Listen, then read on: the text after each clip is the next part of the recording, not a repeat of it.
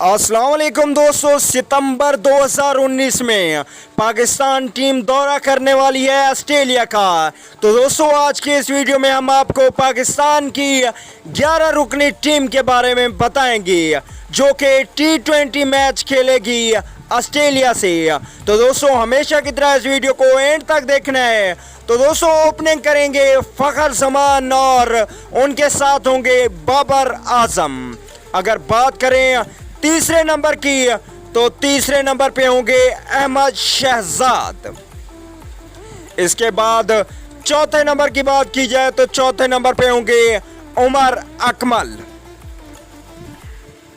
इसके बाद पांचवें नंबर पे हार्ड हिटिंग बल्लेबाज आसिफ अली। इसके बाद छठे नंबर पे होंगे कैप्टन सरफराज अहमद जो कि T20 मैचों में कप्तानी करेंगे। इनके बाद ऑलराउंडर की बात की जाए तो दो ऑलराउंडर रखे जाएंगे। सातवें नंबर पे इमाद वसीम और इमाद वसीम के बाद होंगे जबरदस्त स्पिन बॉल करने वाले शादाब खान।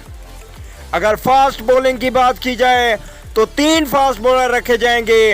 9वें नंबर पे होंगे शहीन शाह अफरीदी। शहीन शाह अफरीदी के बाद 10वें नंबर पे होंगे वहाब रियाज। अगर बात की जाए आखिरी फास्ट बॉलर की तो 11वें नंबर पे होंगे मोहम्मद आमिर। तो दोस्तों ये थी 11 रुकनी टीम।